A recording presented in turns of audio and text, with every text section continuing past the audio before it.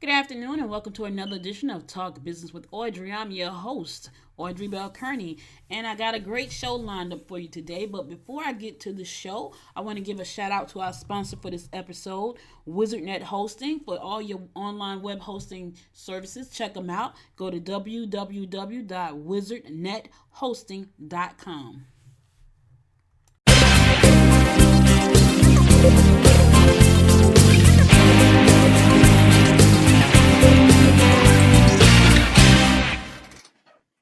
So good morning. Welcome to Talk Business with Audrey. I'm your host, Audrey Bell Kearney. Today, my guest is Mr. John Murphy. He is here from JMI, John Murphy International, to tell us how to build really strong, cohesive teams and build your business and expand it. So I'm really excited to be here with you. And John, so you're in France, the south of France. I'm in the south of France. I'm just looking out on the Pyrenees as I'm talking to you. Beautiful, beautiful. So I'm on the East Coast. I'm in actually the Metro Atlanta area. So it's pretty cool. This is what I love about technology. Technology allows you to do plenty of things. So I didn't know what time it was in France, but that's pretty cool. And so the fact that you are here, at least it's not 5 o'clock in the morning. A lot of times when I'm doing interviews, I interview and I'm talking to people. Like I had to talk to somebody in Hong Kong just last night. So I had to wait to midnight till it was like 12 o'clock in the afternoon there. So that's kind of crazy. And I've been talking to Hong Kong, doing business with them for 18 years. So it's like, okay, I need to stay up so I can talk to them. I need to be at the computer so I can talk to them because of the time difference. So it's really cool to know that it's 11 o'clock my time and 5 something your time. So welcome. Makes the world small, Audrey. Makes the world small. So, John, I'm so excited to have you as my guest this morning. I know you've been in corporate America. Tell us a little bit about your background in corporate America and how you made that transition from corporate America into entrepreneurship.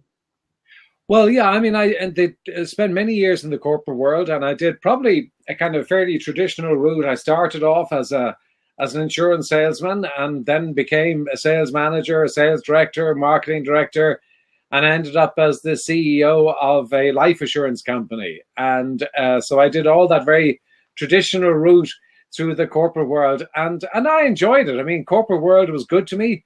I hope I was good to it, but I certainly got a lot from it. But I also recognized that, when you get to a certain level in an organization, you've got to keep on keeping it fresh. And I really did get to a stage where I began to feel that I was repeating myself and that I wasn't growing and there wasn't any new great challenge. And next year was going to be a bit the same as this year.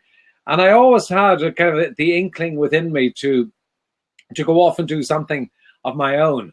And my rationale was, listen, why don't I just take what I really love about corporate world and take and wrap a business around it? And what I loved doing was coaching teams and individuals and making teams really effective.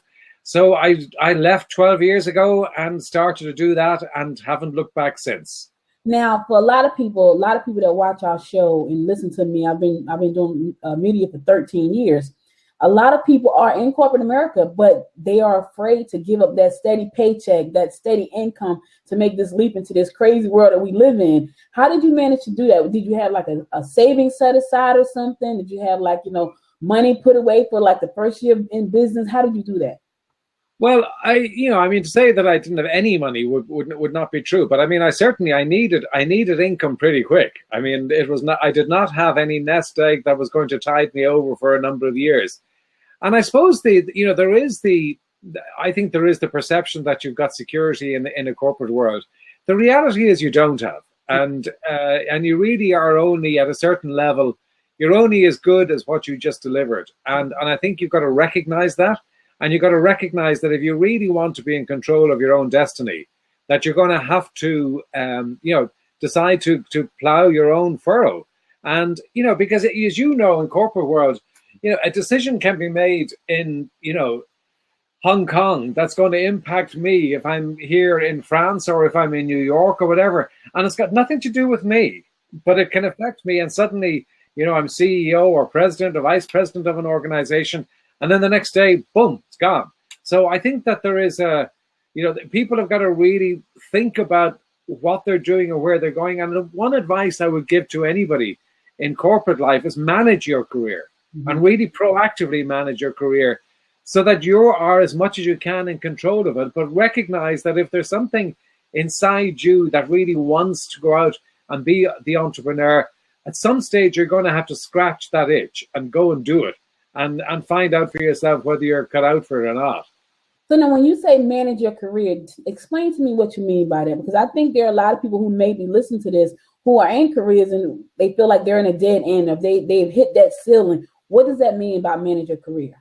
Well, I think that what happens to a lot of people, Audrey, and you would come across this a lot in your work, is that the organization moves people into different jobs. And if that lines up with where you want to go, that's fine, right? But what very often happens, and I'm sure you've heard people say the same thing as I have had over the years, and people say, I don't know how I ended up here. I really no idea how I ended up here. And it's because you've allowed the organization to move you around and you haven't taken control of it. And I mean, you can't absolutely control every job you get in corporate life, but you can influence it. And you've got to have the clarity in your own mind of exactly what's the next role, what's the next role, and the next role. It's not within your powers to give yourself that role, but you've got to do all the things you can to manage it as best you can. But also to understand, if you look at the world that you're in corporate world and say, well, if I look at the way an organization is changing, will I fit into this organization in 5 years' time? Do I want to be part of that organization? Because every organization is dynamic, it's changing. Right. And you've got to accept that the organization that you're in today, it's a different organization that's going to be there in 5 years. And the way that organization is changing, you might just not want to fit, or you might not fit. So you've got to take control of it and determine it. And if you can see that, okay, the way it's going, I don't want to be part of that, then you've got to take control of it and decide what you're going to do with your own career. Because I don't have a lot of sympathy for people who kind of go, oh, poor me, look where I've ended up. Because to a large extent, we all have free will and we can all make choices. And you're right, leaving corporate world, where with all the trimmings that you have with the salaries, the expenses, the company cars, the travel, all of that sort of thing, it's very attractive. And not to be seduced by it, but at the end of the day, if you're not really motivated and you're not committed and you're not really excited about what you're doing, you're not going to perform at your best, and you're better off moving. Right. That's so true. I think about I think about when you said I don't have any sympathy for those people. I remember when I first started my first business, and I gave up everything to just start the business. I had a paper route. So I was a single parent, I had bad credit, and I had a paper route because I really wanted to do this business. I was really focused.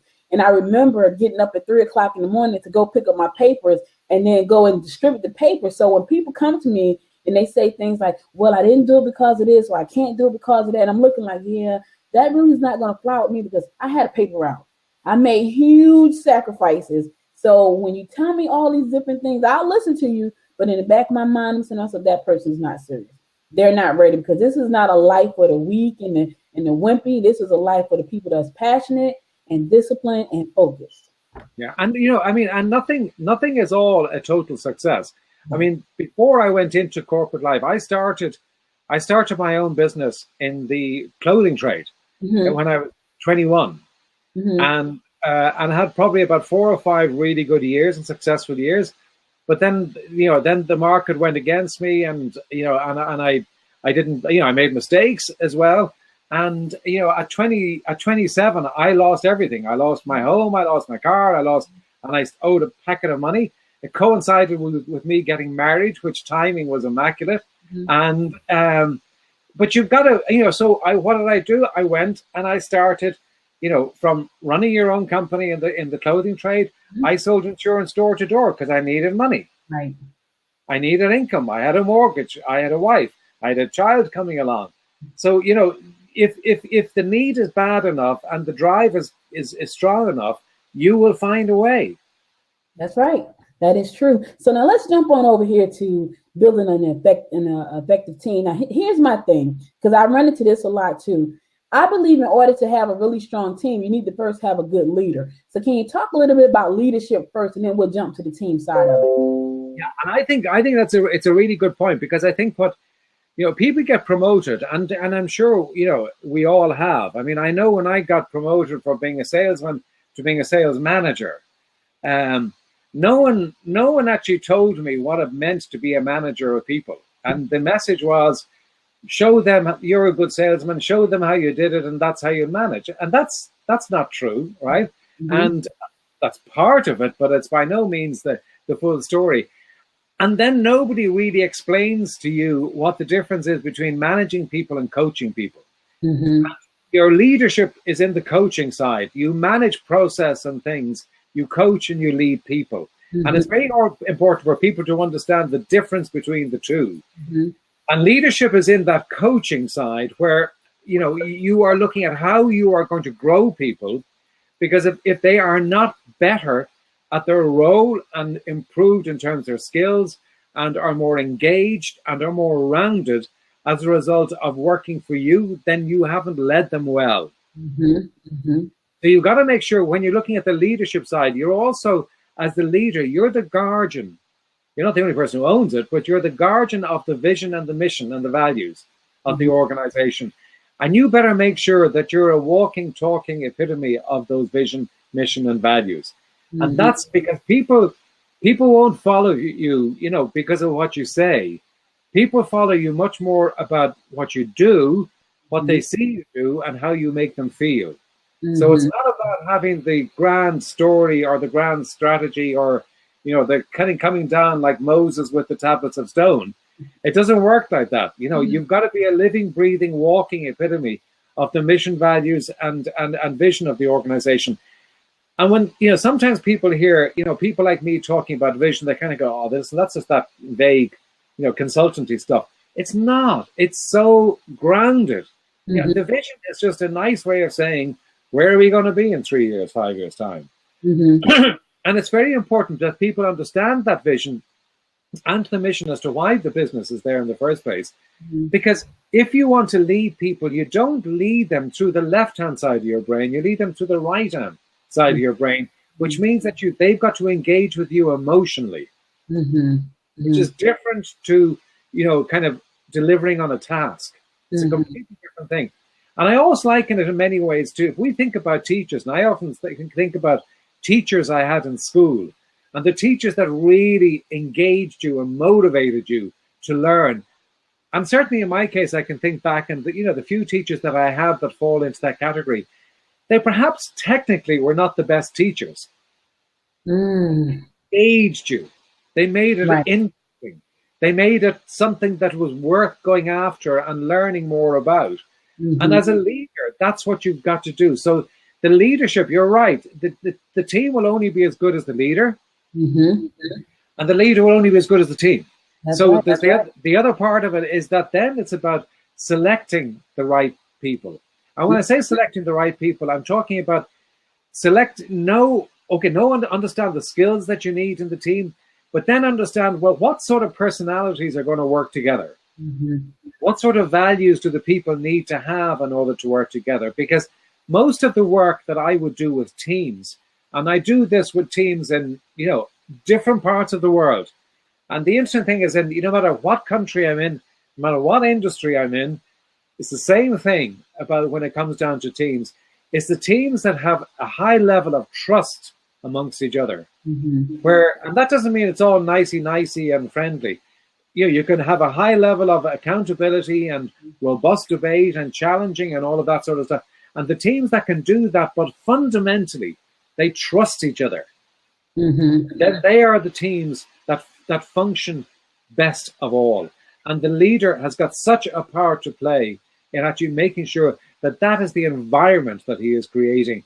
But you've got to, hire the complementary skills. I suppose in the sporting analogy, Audrey, I'd say it's not about, and you've seen teams do it in different sports. They go out and they hire and sign a bunch of superstars. Mm-hmm. But you know what? Those superstars don't play together. Mm-hmm. They play as individuals. They don't play as a team. And they don't win trophies as a result of that. It's the teams that you can really get that are gelled together, who are effectively working as a team. And really, there's a high level of trust. Trust is the foundation of the whole thing. If you don't have trust in a team, you've got an underperforming team. So let me ask you, because I had a question. There is when you're trying to pull together a team and you're bringing on people to your business and you figure, okay, we're pulling together these people, you interviewed these people, they tell you all this good stuff, yeah, I'm with you. But then in the back of their mind, they have their own vision of something that they want to do. And it comes into your business now, and it's kind of taking an effect on your business because now they feel like I could be doing this for myself. So you've invested time and training and money and coaching and all this stuff into, what's supposed to be your team, only to find out that the people who have come on board with you really have their own aspirations to do things. How do you handle that? Well, I don't think there's anything particularly wrong with that as long as it's all up front. Mm-hmm.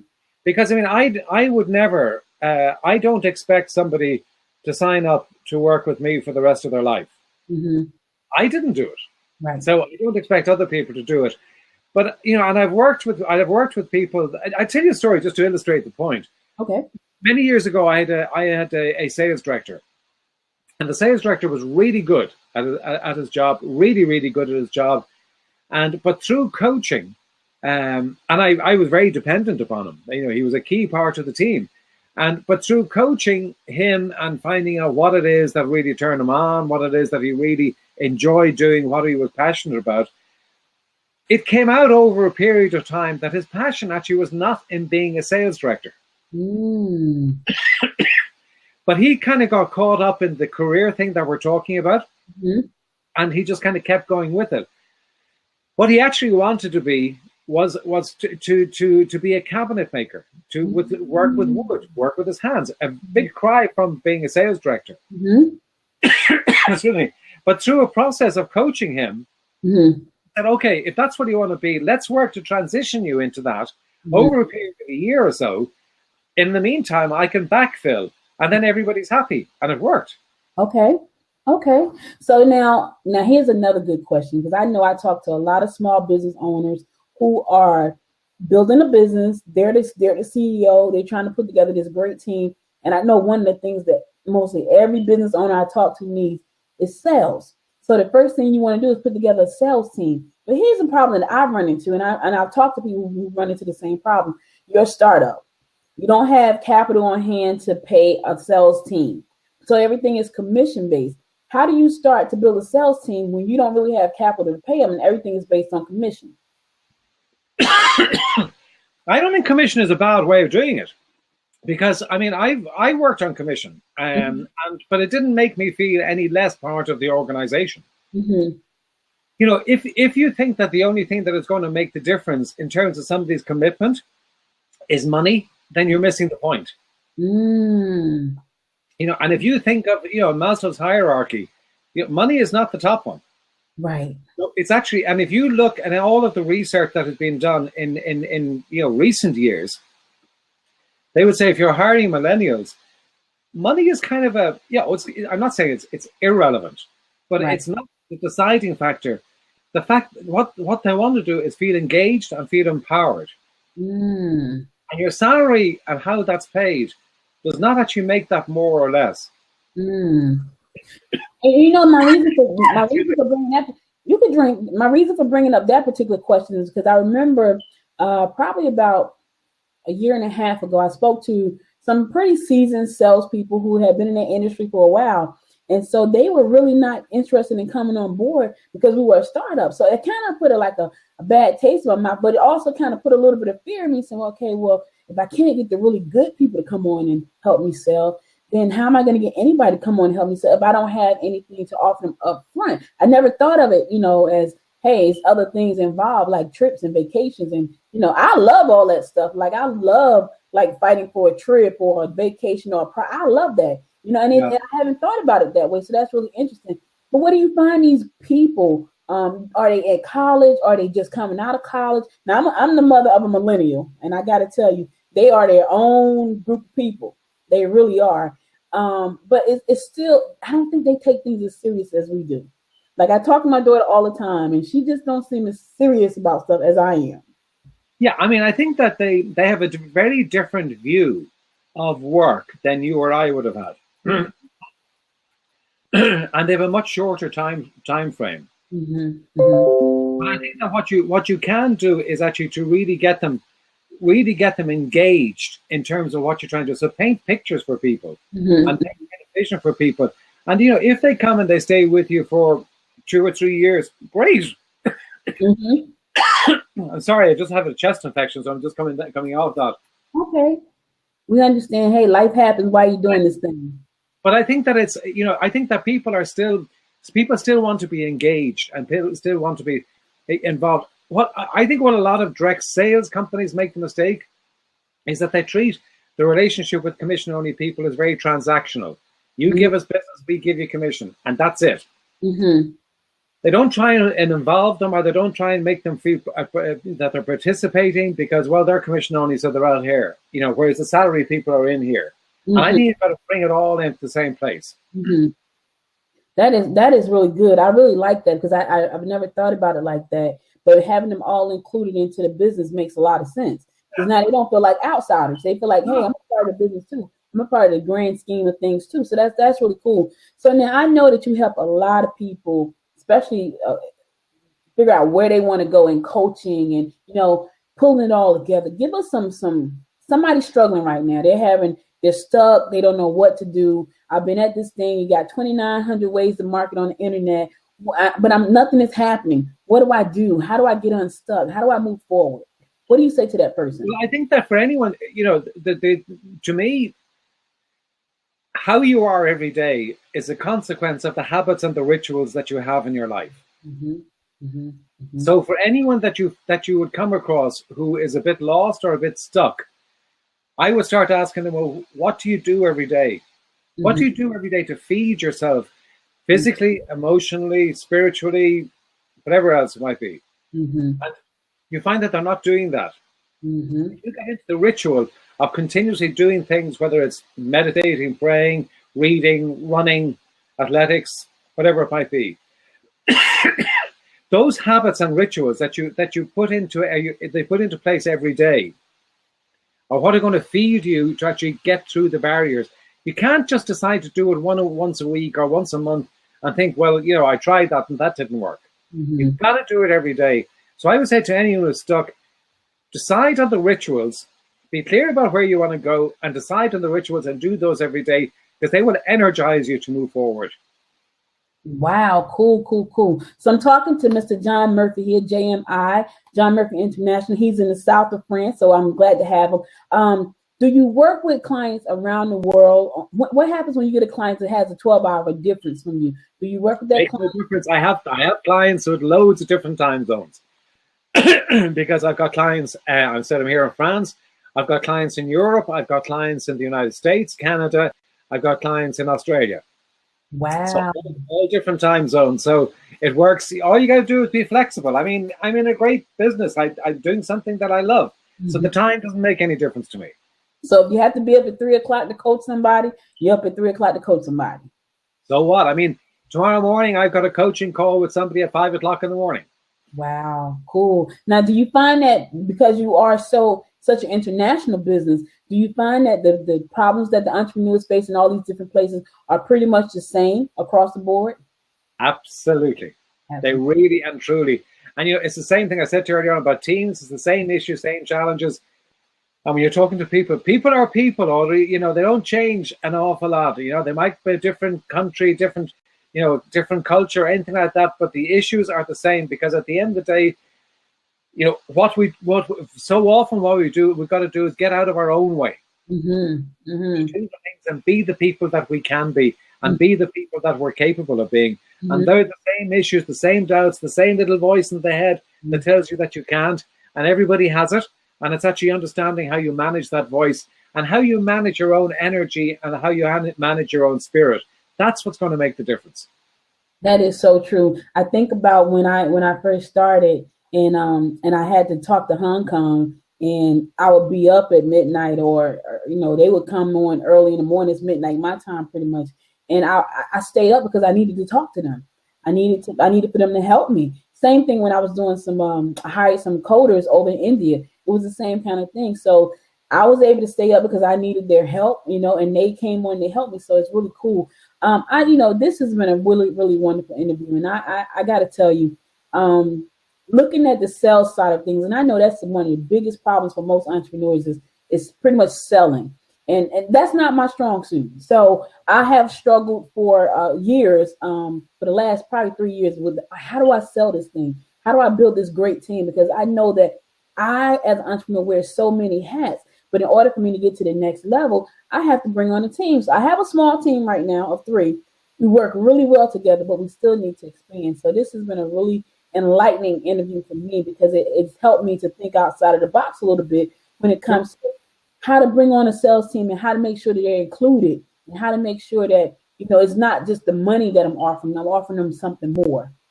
Absolutely. And I think, we all want to walk behind some banner. Mm-hmm. It's human nature and they do too. So, paint the banner for them. Mm-hmm. Mm-hmm. So, John, tell people how to reach out to you, how to get in touch with you, how to work with you, because this has been really a wonderful interview. Thank you. Well, they can reach me through my website, which is www.johnmurphyinternational.com, or they can email me at john@johnmurphyinternational.com, and they can get me either way. I'd be delighted to talk to any of your audience, and if I can be helped them in any way, I'd be thrilled. So you say email was John at johnmurphyinternational.com. John at John Murphy International. Okay, I'm putting this in the notes so you guys can check him out. Reach out to John because, if you're like me, nothing moves if you're not making any sales, and having a great team of people to help you grow your business is really key, along with having a really superior product as well and service. And so this has really been a really, really great interview. I thank you so much for your time. And, if you had one last piece of advice to give to anybody who's thinking about growing a team, what would you say to them? I would say create your vision, talk about your vision, and get people engaged with that vision. All right. Mr. John Murphy in the south of France, thank you so very much for taking the time to come with me. I will be in contact again soon because I really love what you had to say. And you're probably going to wind up being my sales and teams coach. So I look forward to talking to you more. Thanks again. Hey, listen, this is Audrey talking to Audrey. My guest today was Mr. John Murphy. Great guest, learning how to sell. Check him out, John Murphy International. This is going to be aired. So, John, I don't know. I'm all over the world on HerTube. And I think I'm in the south of France. I know I'm in Australia. I know I'm in Germany on smart televisions and a whole bunch of other countries, 52. So this is going to go out from here onto our platform where people can see it around the world on smart televisions, set-top boxes, and apps. So thank you again. Let me know if you get some business from it or a call or email or anything because I'm really interested to know we are growing and expanding really rapidly. Again, everybody, thanks a lot. Until next time, make it a great day. Bye, John. Bye, Audrey. Take care. You're welcome.